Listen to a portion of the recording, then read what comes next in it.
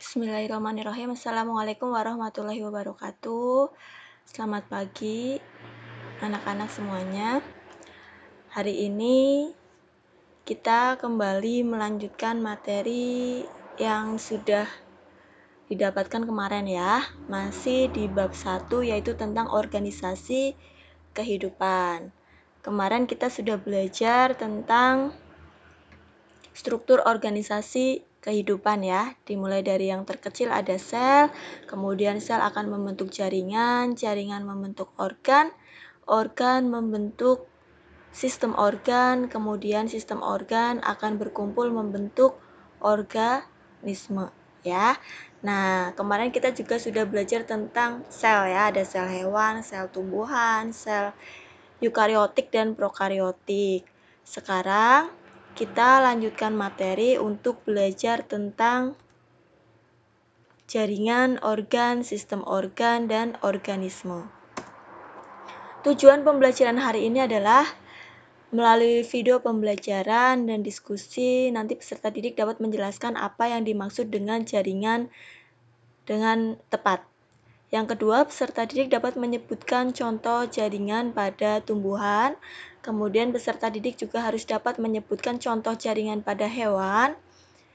Kemudian peserta didik dapat menjelaskan pengertian dari organ. Peserta didik dapat mengidentifikasi organ yang terdapat dalam berbagai macam sistem organ pada hewan.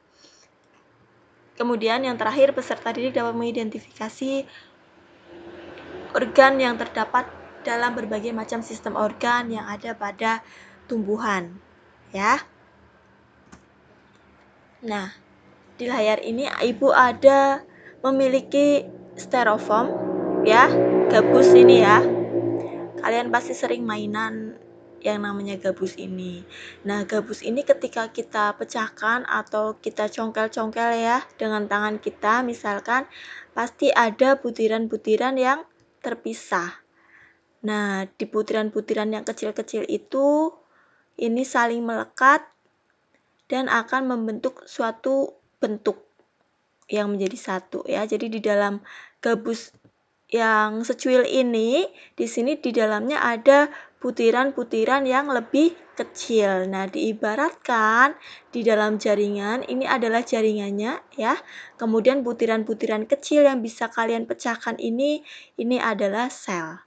Jadi jaringan ini adalah kumpulan dari berbagai macam sel yang memiliki bentuk dan fungsi yang sama.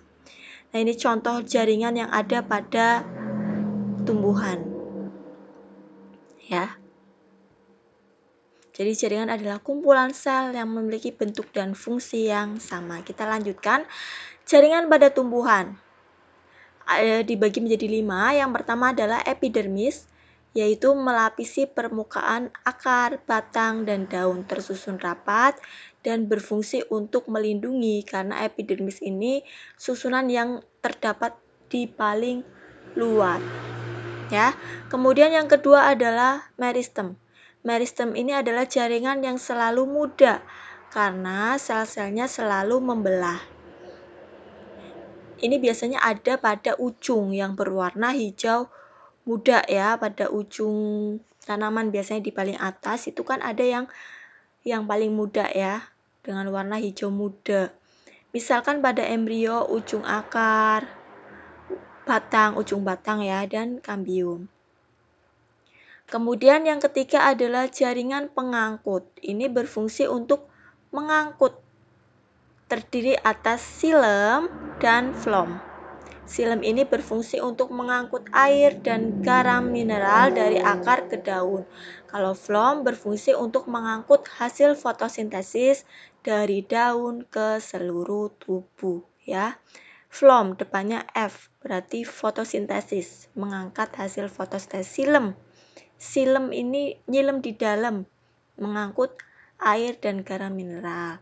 Kemudian yang keempat ada jaringan penyokong, yaitu sel-sel yang dindingnya menebal dan keras, misalkan kulit biji, kulit batang. Ini untuk penguat.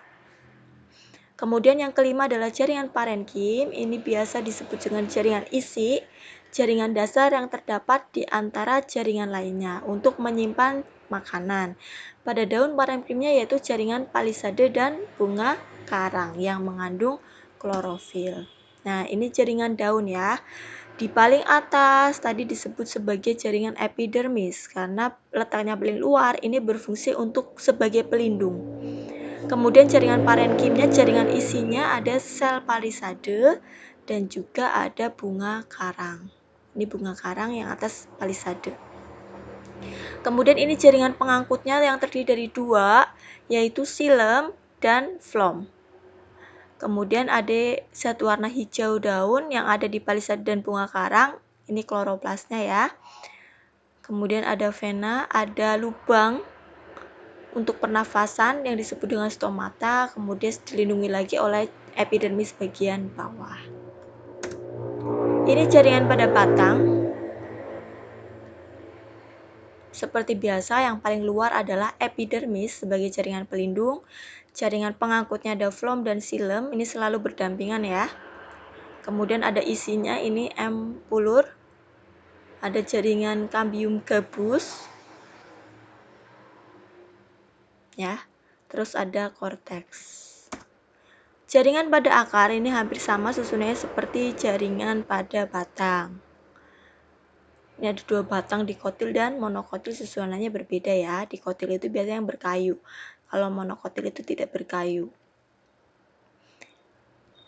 Sama susunannya, ada pengangkut tadi phloem dan xilem. Xilem nyilem di dalam, phloem ini agak keluar. Kemudian bagian isinya parenkimnya ada perisikel, ada endodermis, ada korteks ya. Bagian luarnya sama semuanya ya, epidermis sebagai pelindung. Jaringan pada hewan.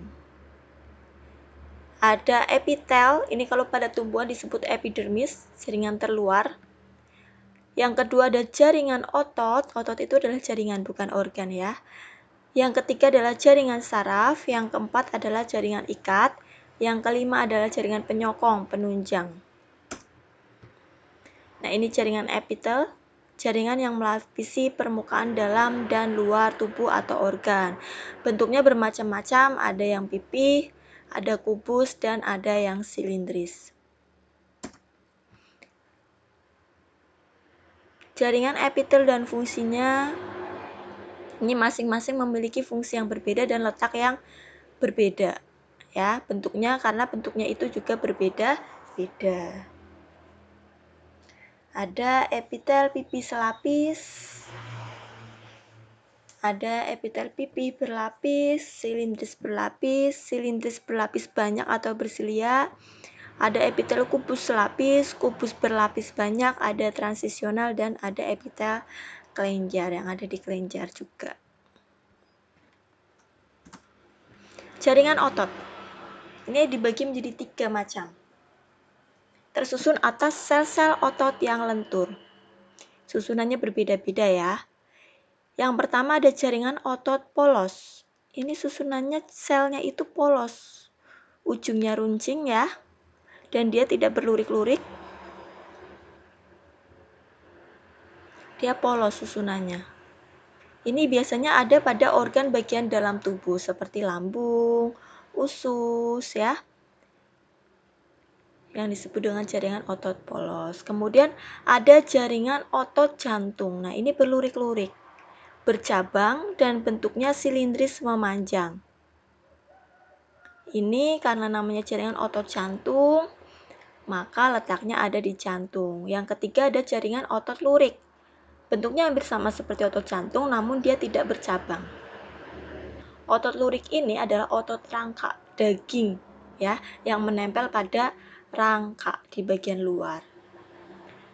Nah, ini otot yang kuat ya, sama seperti otot jantung juga harus kuat karena dia bertugas untuk memompa darah. Jadi otot jantung itu susunannya seperti otot lurik, cuman bedanya dia bercabang, dan cara kerjanya itu seperti otot polos karena sama-sama berada di dalam tubuh sehingga dia kerjanya tidak atas perintah kita, tidak sadar. Kalau otot lurik harus kita perintah dulu ya. Jaringan saraf tersusun atas sel-sel saraf. Ada dendrit, ada badan sel, ada akson, ada mielin.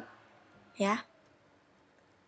Kemudian dari jaringan ikat, jaringan yang menghubungkan bagian tubuh dengan bagian tubuh yang lain. Ada ligamen dan tendon. Ligamen dan tendon. Ini yang menghubungkan antara tulang dengan tulang. Ada yang menghubungkan antara otot dengan tulang, ya. Jadi di masing-masing sendi ini kan ada ikatan, jaringan ikat yang mengikat sendi supaya tidak lepas. Jaringan penyokong, ini jaringan tulang ya, memberi bentuk tubuh, melindungi tubuh dan menguatkan tubuh, terdiri dari tulang rawan dan tulang keras. Ini susunan tulang keras, yang ini tulang rawan. Tulang rawan itu biasanya ada pada cuping hidung, ada cuping telinga ya. Tulang keras itu biasanya ada di bagian tangan, tengkorak, terus bagian kaki, ya itu tulang keras. Nah, kita masuk ke organ. Setelah tadi kita mempelajari jaringan, kita masuk ke organ. Organ ini adalah kumpulan dari beberapa jaringan untuk melaksanakan fungsi tertentu. Bentuknya ini berbeda-beda ya. Organ pada tumbuhan ada organ akar, batang, daun, bunga, dan buah. Organ pada hewan dan manusia ada organ jantung, organ paru-paru, organ usus, dan lain-lain ya. Nah, ini pada hewan, organnya ada mata. Organ itu kan terdiri dari kumpulan jaringan ya. Jaringan yang menyusun mata itu ada otot, ada saraf, ada jaringan ikat, ada juga epitel. Kemudian ada organ telinga, misalkan jaringannya ada tulang rawan, tulang keras, ada saraf, ada darah, epitel, otot, dan jaringan ikat.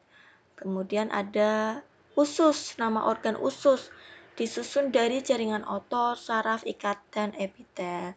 Kemudian ada organ jantung, jaringan penyusunnya otot, saraf, jaringan darah, epitel. Kemudian ada organ paru-paru juga disusun oleh otot, saraf, jaringan darah, dan epitel. Kemudian tumbuhan. Nama organnya akar. Jaringan penyusunnya itu tadi ada epidermis, parenkim, pengangkut, meristem. Semuanya ada di akar ya. Sama seperti batang juga. Kemudian organ daun juga masih sama ya. Kemudian ada bunga. Bunga itu jaringan penyusunnya ada epidermis dan pengangkut. Organ dan sistem organ pada tumbuhan. Ini nomor 5 namanya daun ya. Nomor 4 ini yang disebut sebagai bunga. Nomor 3 adalah buah. Ini bagian-bagiannya ya. Kemudian ada nomor 2 adalah batang. Ada di dalamnya ada jaringannya xilem, phloem, kambium. Kemudian nomor 1 adalah akar. Dengan jaringan rambut akar, tudung akar, berkas pengangkut. Organ-organ tumbuhan. Tadi sudah ya. Ini yang meristem tadi yang ada di pucuk. Dia selalu membelah, jaringan muda. Permulaan daun, terus kemudian tunas terminal. Kemudian ada bunga, tangkai, ada tangkai daun, batang ya. Kemudian di sini ada ketiak, ketiak daun. Ada daunnya. Ini ketiak ya. Kemudian ada akar. Sistem organ. Sistem organ itu adalah kumpulan dari berbagai macam organ yang saling bekerja sama. Pada hewan ada sistem organ pencernaan. Fungsinya adalah mencerna makanan atau menyederhanakan makanan menjadi molekul-molekul yang siap diserap oleh usus. Organ penyusunnya di dalam sistem pencernaan ada mulut. Di mulut itu ada gigi, ada lidah. Masuk ke faring, kemudian ada masuk lagi ke kerongkongan, bukan tenggorokan ya. Kalau tenggorokan itu ada di sistem pernafasan. Ini kerongkongan, kalau pencernaan kerongkongan, habis dari kerongkongan masuk ke lambung. Setelah dari lambung masuk ke usus halus, kemudian masuk ke usus besar dan dibuang melewati anus dan juga dibantu oleh kelenjar pencernaan. Ada sistem sirkulasi atau transportasi ya. Ini menstransportasikan darah dan getah bening ke seluruh bagian tubuh. Organ penyusunnya untuk sistem peredaran darah ini ada jantung, pembuluh darah, ada vena ya. Kemudian ada balik pembuluh darah vena nadi ya. Kemudian ada pembuluh limfa dan darah. Respirasi, pernafasan. Fungsinya untuk pertukaran gas yaitu oksigen dan CO2. Organ penyusunnya dari hidung masuk ke tenggorokan, masuk ke bronkus, masuk ke paru-paru atau alveolus. Kemudian yang keempat ada sistem organ gerak. Fungsinya adalah sebagai penyokong, pelindung organ dalam dan alat gerak.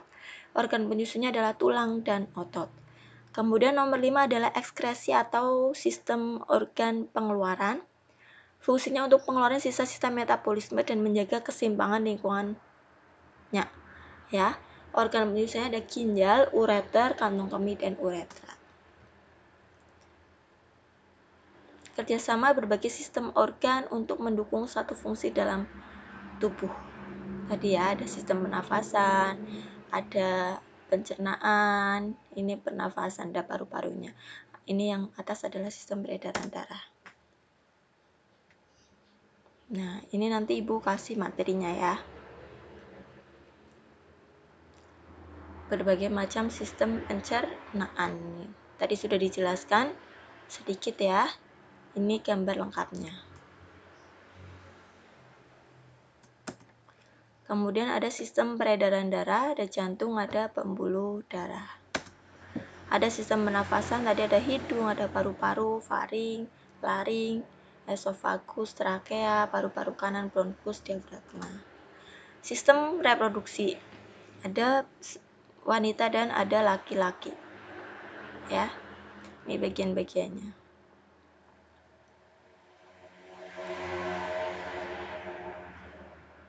Ovarium, ada tuba falopi, ada uterus, rahim, endometrium, serviks, dan vagina. Kalau ini pada laki-laki.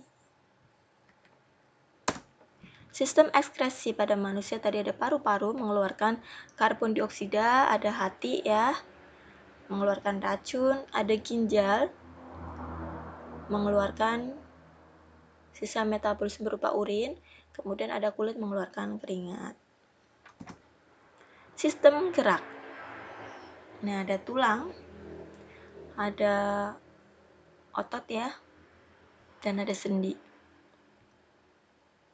Ini bagian-bagian tulangnya. Sistem koordinasi, ada otak besar, otak kecil, ada sumsum lanjutan dan sumsum tulang belakang. Nah, ini tadi sudah dijelaskan ya beberapa.